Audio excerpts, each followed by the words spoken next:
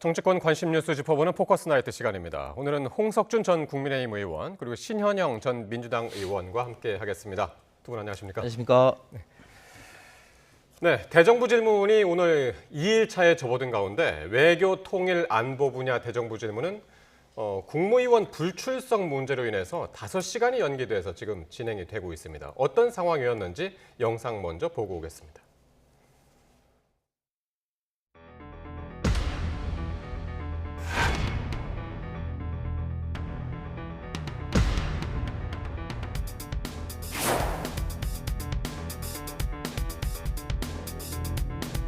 외교부 장관, 국방부 장관 불출석 소식을 어젯밤 9시 넘어서 알게 됐습니다. 장관들이 의도적으로 대정부 질의를 회피하기 위해서 양당 교섭단체의 동의를 받아서 불출석하게 됩니다. 오늘도 국방장관, 외교장관은 그런 절차를 거쳐서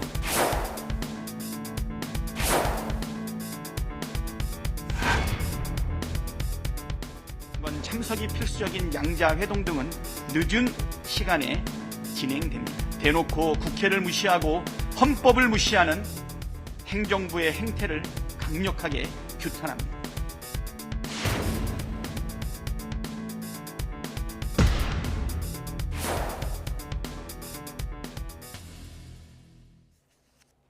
네. 자, 지금 국회 상황을 조금 정리를 하자면요. 원래 2시부터였던 것이 7시로 5시간이 지체돼서 이제 대정부 질문이 시작이 됐고요. 7시에 이제 조태열 외교부 장관 그리고 9시 반쯤에 김용현 국방부 장관이 참석한 가운데 지금 진행이 되고 있습니다.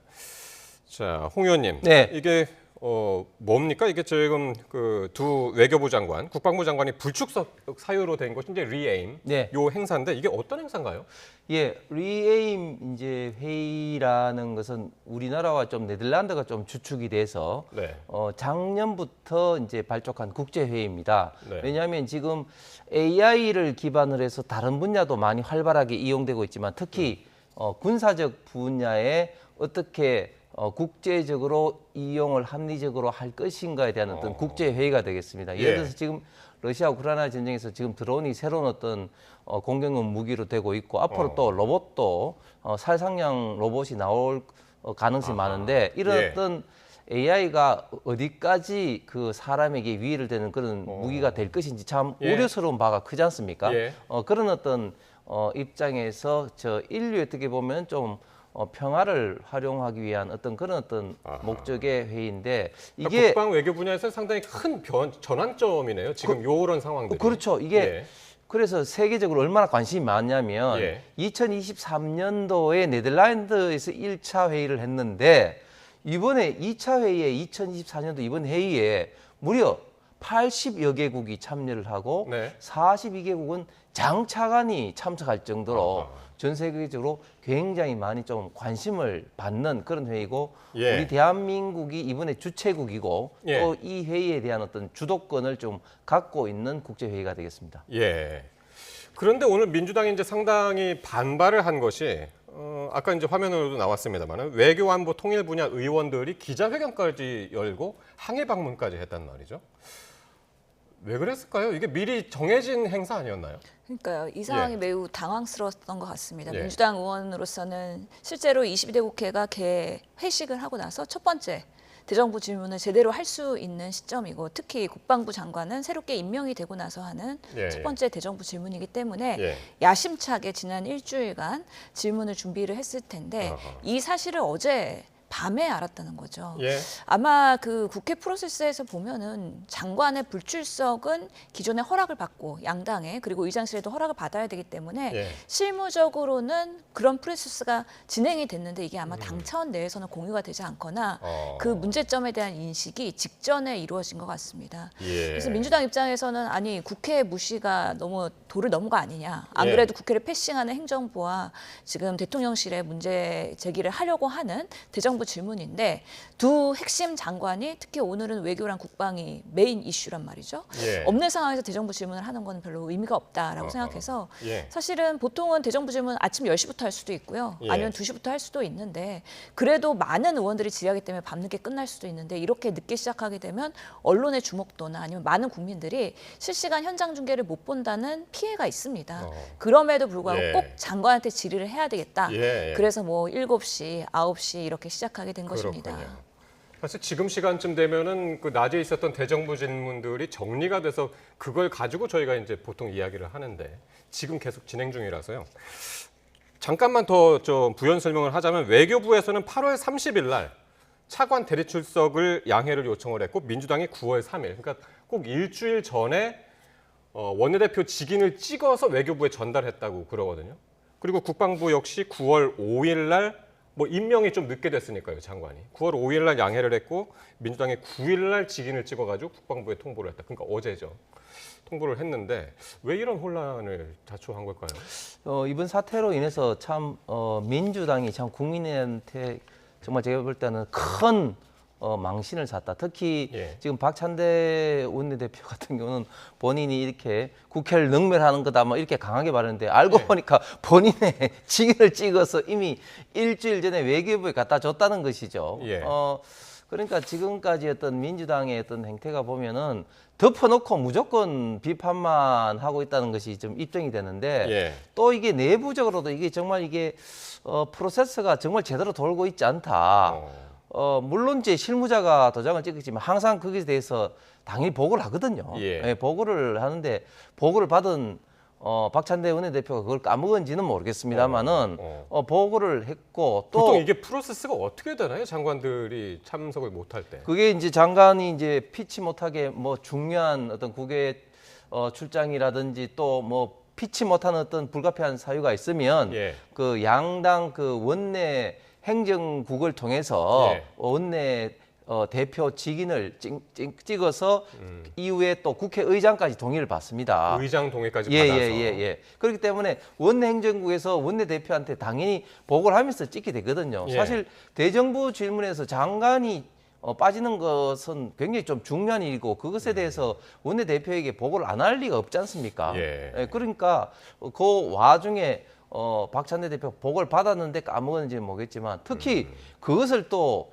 해당 그 당의 국회의원들에게 또 제대로 알리지도 예. 않고 네. 저런 어떤 그 김영대 의원 비롯해서 기자회견까지 예. 했다는 것은 이 민주당 당내 지금 이런 커뮤니케이션이 크게 지금 뭔가 잘못 돌아가고 있다. 예. 그렇게 좀 보여집니다. 민주당은 일단 단순한 실무자 착오였다고 주장을 했고요. 결국에 장관들이 늦게나마 참석을 해서 그때 시작하는 걸로 했는데 이런 장면들은 어떻게 보셨나요? 장관들이 이제 직접 참석을 했습니다. 네, 그래서 뭐 지금부터 지금 시작한 지 한 3시간째 되고 있기 때문에 중간 조금 못되게 진행이 되고 있는 상황입니다. 예. 워낙에 벼르고 있다가 대정부 질문하는 거기 때문에 야당으로서의 질문은 더 거세질 수밖에 없다라는 생각이 들고요. 예. 뭐 당내에서의 소통을 더 강화할 필요도 있을 것 같습니다. 보통은 네. 저도 대정부 질문을 코로나 시기에 많이 하고 했었는데 보면은 장관이 출석을 안 해? 아니면은 뭐 질병관리청장이 출석을 안 해? 그거를 예. 직전에 통보받는 경우가 많았거든요. 그러다 보면은 내가 어느 장관한테 질문을 해야지라고 했던 작전을 예. 다른 쪽으로 차관한테 돌리거나 아니면 오히려 총리한테 해야 되는 그런 예. 상황들이 되기 때문에 그러면은 그거에 약간 김이 좀 맞춰서 빠지겠네요. 예, 막말로. 질문을 또 다르게 만들어야 되는 그런 아하. 부분들이 있어서 예. 이게 공들여서 질문을 준비했으면은 확실히 이게 아무래도 질문에 대한 그런 전선에 전략적으로 문제가 생길 수 있는 어려움이 예. 있습니다. 그러니까 지금 오늘 외교, 국방, 안보 분야이기 때문에 주로 이제 정부의 대일 외교, 대북 외교, 그리고 최근에 이제 계엄설 관련해 가지고 이제 상당히 지금 공방이 오가는 것 같습니다. 이 내용은 이제 내일이나 이제 한번 정리를 해서 다시 한번 이야기할 기회가 있을 것 같고요. 네, 다음 이슈입니다. 진성준 민주당 정책위의장하고요, 조국 혁신당 대표가 한 유튜브 방송에서 한동훈 대표에 대해서 외모 품평을 했다고 해서 논란이 되고 있습니다. 어떤 이야기였는지 두 사람의 발언 직접 한번 들어보시겠습니다. 한동훈 대표 키 180 맞습니까? 그날도 키높이 구두 같은 것을 신었던 것 같더라고요. 제가 볼 때는 네. 정치인치고는 굉장히 요란한 구두였습니다. 저는 좀 뭐랄까 좀 외계인을 보는 듯한 느낌이었어요. 얼굴의 생김이나 표정이 이렇게 좀 편안하고 자연스럽지 않고 많이 꾸민다는 느낌이 들어서 좀 어색하게 느껴지고 자기적이죠. 좀 징그러웠습니다. 거부감이 느껴질 정도의 좀 징그러움 같은 게 있었습니다. 그것 말고는 달리 표현할 말이 없습니다. 한마디 느낌은 사람이 좀 얇더만요. 제가 이제 180 한 1, 100, 좀 약간 키가 줄었을지도 모르겠는데 저하고 한 대표님하고 키가 같다고 하더라고요. 키가 작을 수도 있고 클 수도 있죠. 그게 무슨 잘못입니까? 그게 뭐 전 문제가 아니라고 생각하는데 자꾸 180이라고 그러고 하니까 제가 말씀드리는 겁니다. 하다 이제는 상대당 대표의 외모까지 품평하면서 인신공격을 하고 있습니다. 진성준 더불어민주당 정책위 의장님, 제가 기당의 특정인을 지칭하면서 살모사가 서서 징그럽다라고 하면 어쩌시겠습니까? 아무리 급해도 검도를 넘지 마십시오. 사과하십시오. 자, 일단 진성준 의원하고 조국 대표의 발언, 지난 6일 한 유튜브 방송이었고요. 거기서 이제 한동훈 대표의 키 180cm 그리고 키 높이 구두 이런 이야기를 두고 지금 잡담 형식 뭐 이런 이야기들이 오갔습니다. 이게 어떻게 나온 발언들입니까? 예, 우선은 유튜브 출연할 때 조심해야 되는 발언들이죠. 예. 아무래도 유튜브는 조금 더 편안한 형식에서 포맷으로 정치 토크를 하다 보니까 약간의 무리수를 두고 어그로를 끈다고 하죠. 예. 그런 표현들을 좀 편하게 하다 보면은 이런 사고들이 종종 날 수 있다. 정치인들 외모 품평하는 거 저는 매우 지양해야 된다고 봅니다. 예전에 21대 국회에서도 배현진 의원이 박병석 의장한테 저 앙증맞은 몸이라고 얘기해가지고 예. 난리가 났었습니다. 어떻게 의장님 키 작은 거에 대해서 그렇게 표현을 기억나네요. 하냐. 예, 예, 예. 근데 이번에는 키가 크기 때문에 또 큰 거 갖고 또 공방이 되는 거지 않습니까? 그래서 아무래도 21대 국회에서 여야가 얼마나 사이가 안 좋고 서로에 대한 그런 분노와 그런 미움이 있으면 예. 그런 것들이 또 유튜브에 가서는 외모 품평으로 비하가 되는지 예. 저는 지금의 정치적 현실이 너무 안타깝다는 생각이 들고요. 다행인 것은 그래도 진성준 의원께서 정중하게 유감 표명하고 사과했기 때문에 예. 잘못한 것은 명확하게 인정하고 빠르게 그렇게 솔직한 모습 보이는 게 또 정치인으로서는 중요한 모습이다라고 생각합니다. 예. 그러니까 이런 방송, 그러니까 방송은 방송인데, 네. 그러니까 지금 이제 유튜버 방송에 상당히 이제 그런 위험성을 지금 말씀해 주셨는데 어떻게 보셨나요? 일단 저 방송이 이제 김어준 그 유튜브 방송이 사실은 민주당 입장에서는 웬만한 공중파보다도 훨씬 더 영향력이 큰 방송이죠. 사실은 저 방송에 가면은 김어준 씨가 뭐 하락하면 다 하잖아요.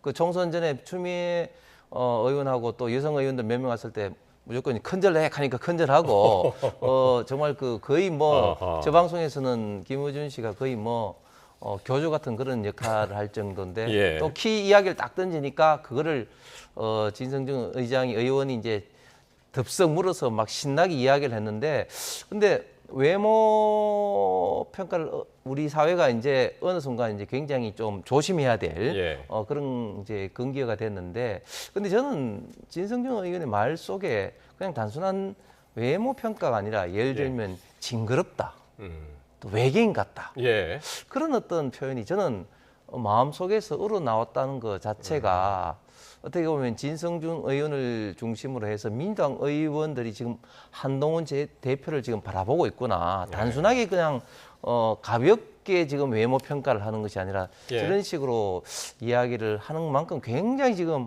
한동훈 대표에 대한 어떤 혐오감이 있구나. 또 이런 것들이 무의식적으로 좀 나타난 것 같습니다. 진성준 의원이 사과는 했지만 지금 민주당 의원들의 기본적인 어떤 한동훈 대표에 대한 어떤 바라보는 시각의 일단이 저는 드러난 것 같습니다. 지금 우리가 이제 단순히 한 방송만 봤지만은 이게 아까도 말씀하셨죠. 뭐 이게 진보 진영에만 이런 방송이 있는 것도 아니고 보수 진영에도 이제 상당히 뭐 스포츠 중계로 따지면 약간 편파 중계처럼 그런 방송들이 있고 거기에서 이제 문제적 발언들이 이제 많이 나와서 인사청문회에서도 이제 그게 문제가 되기도 하고 그런 발언들이 말이죠 하고 있는데 어쨌든 진성준 의원은 정중하게 사과를 했고 근데 조국 대표는 사과를 안 하고 맞서는 발언을 했단 말이죠. 예, 그래서 네. 본인의 의중은 그런 것 같습니다. 이게 외모 품평이 아니라 사람의 무게감에 대한 얘기를 두껍다, 얇다로 표현한 거라고 뭔가 이렇게 간접적으로 표현한 것 같습니다. 외모가 아니라. 예, 한동훈 대표 매우 가볍다, 매우 얇다. 예. 사람이 진중하지 못하다. 정치인으로서 품격이나 신뢰가 부족하다. 이런 의미를 간접적으로 표현했다라고 생각을 하면서 끝까지 본인의 주장에 굽히지 않고 있는 걸로 봅니다. 지금은 네. 조국 혁신당이 아무래도 제 3지대로서 상당히 그 여당 공격을 아주 대차게 하고 있습니다. 지금 보면은 추석 연휴가 되니까 이제 예. 현수막 걸은 거 한번 보시면 조국 혁신당의 항상 메시지는 매우 강력합니다. 예, 그렇기 때문에 그런 스탠스에서의 그런 또 일관된 메시지 아닐까 싶고 예. 또 윤석열, 김건희 여사의 그 추석 연휴 선물 다 반납하고 또 예. 처음에 개원했을 때 난 선물 반납하고 예. 이런 모드들이 다 조국 혁신당에서의 그런 지금 가치 그리고 기조 이런 것들이 예. 일관성 있게 가고 있는 거에서 나오는 그런 현상이지 않을까라는 생각도 예. 해봅니다. 상당한 선명성을 가지고 그걸 이제 부각시키고 있다. 그런 말씀이셨고. 근데 아까 영상 제일 마지막에 진성준, 조국, 그 다음에 서범수 국민의힘 사무총장 음성까지 들었는데요. 네. 그건 어떻게 보셨나요? 뭐 비당의 특정인을 지칭하면서 살모사 같아서 징그럽다고 하면 어떻겠냐? 그러니까 이제 그만큼 이제 외모 평가에 대해서는 조심을 이제 뭐 당을 떠나서 다 해야 된다는 예. 그렇게 보면 조금 어떤 비유적인 표현인 것 같고 저는 예. 조국 그 대표 조국 그 의원이 그게 외모 평가 아니다고 이야기하는데 저는 그게 그 거짓말하는 것 같아요. 왜냐하면 그 이야기를 하면서 이제 180 했던 키에 대해서 굉장히 강조를 하잖아요. 예. 180 뭐 키 높이 구두를 뭐 신어서 그렇고 뭐 해보니까 자기보다 작더라 하면서 예. 이제 얇다란 말이잖아요. 그러니까 그게 어떻게 예. 그 외모적인 어떤 이야기가 아닙니까? 그러니까 예. 저는 조국 그 대표가 지금 이제 거짓말하고 있다 이래 보여집니다. 근데 지금 서범수 총장님의 살모사 표현은 네. 진성준 의원 또는 조국 대표를 지칭하는 걸로 보이는데 어떻게 생각하시는지 계속 이게 꼬리를 물고 외모 예. 평을 하게 되는 오히려 예. 그런 대응이 그러니까요. 아니었나라는 생각이 예. 드네요. 한쪽에서 어쨌든 그게 진성준 의원한테 한 건지 조국 대표한테 한 건지 아니면 또 다른 사람한테 한 건지는 모르겠습니다만은 좀 이게 문제적 사안을 가지고 다시 문제적 발언을 한 것이 아닌가 저는 말이죠.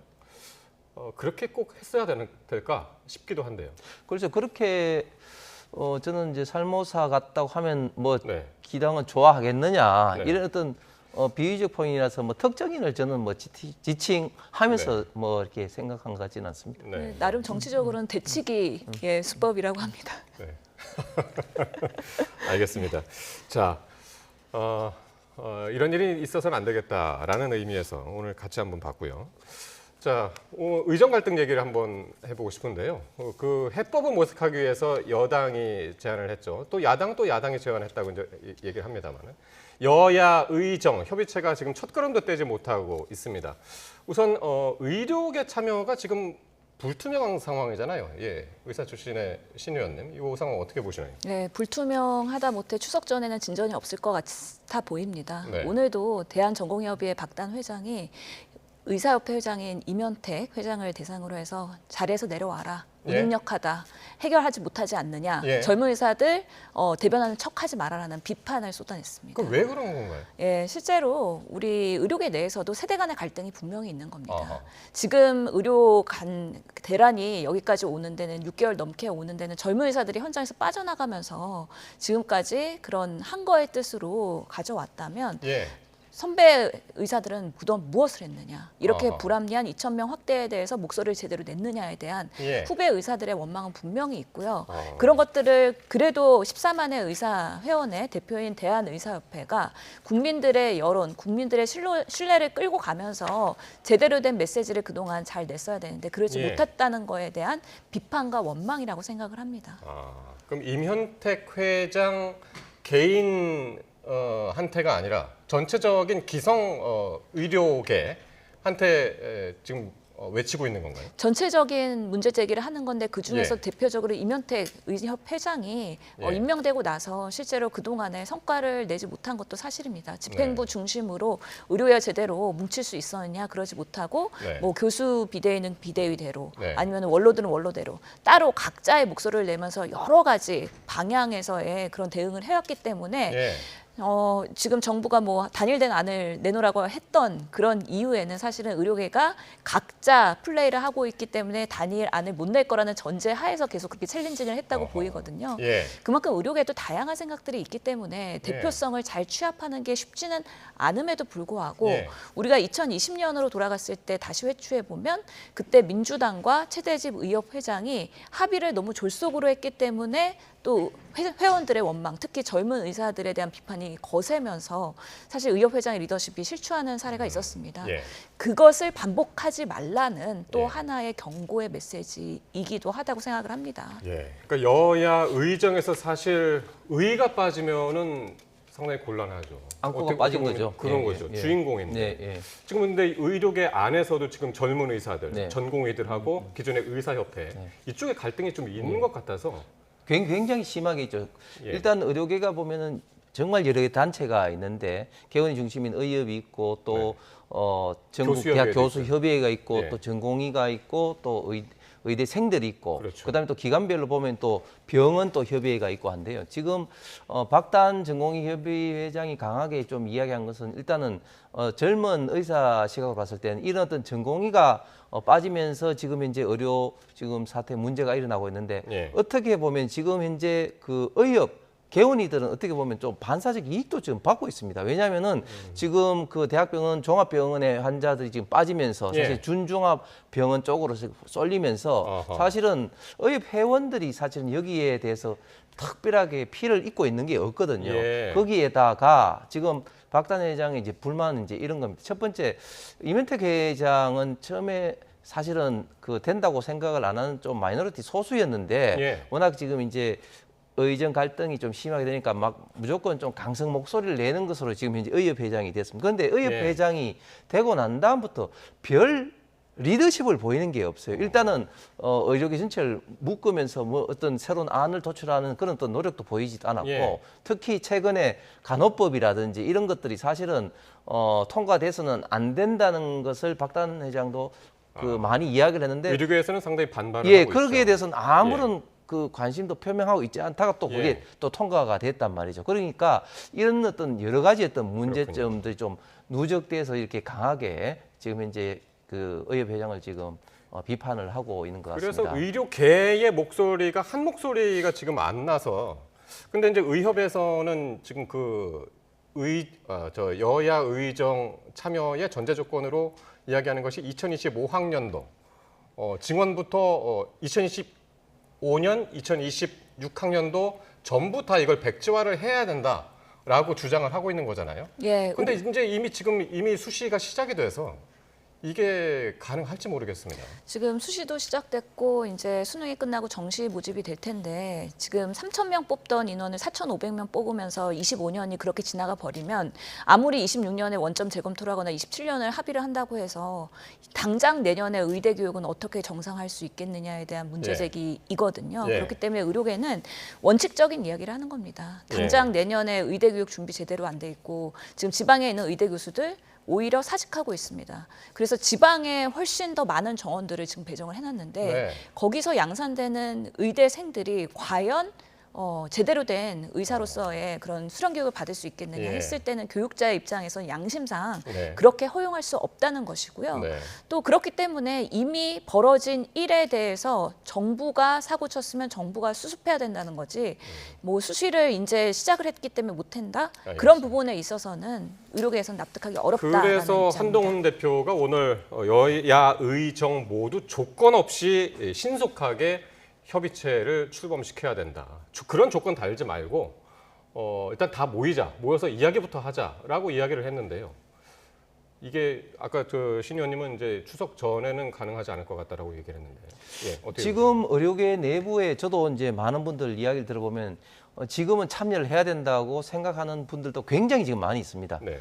지금 이런 어떤 기회를 놓쳐서는 계속적인 어떤 그 의료계가 국민들로부터 불신만 받게 되고 더 문제만 악화가 된다. 이렇기 때문에 참여를 해야 된다고 생각하는 분들이 예. 많은데 이게 현재까지는 좀 강성 어떤 위주의 어떤 목소리가 어떻게 보면 좀 의료계에서 지금 대표하다 보니까 이런 어떤 합리적인 목소리가 파묻혀 있는 거죠. 그래서 한동훈 대표 입장에서는 그런 어떤 조건을 하지 말고 일단은 모의자한 것도 어떻게 보면 그런 어떤 온건한 합리적인 생각을 가진 어떤 의료인들을 조금 어떻게 보면 더 좀 설득력 있는 어떤 이야기를 좀 한 것인데 네. 사실은 이제 이런 어떤 문제가 지금쯤은 정말 그 의료계가 사실은 용기 있는 목소리를 내시는 분들이 참여를 해서 조금이라도 좀 돌파구가 좀 예. 마련되는 것이 저는 대한민국의 국민들의 건강한 생명은 물론이고 예. 의료진들을 위해서도 저는 지금 정말 어려운 환경에 헌신하는 어떤 예. 분들이 대다수인데 예. 그런 분들의 어떤 명예나 자존심을 살릴 수 있는 알겠습니다. 그런 어떤 시기가 아닌가 생각합니다. 알겠습니다. 마지막으로 신 의원님, 예.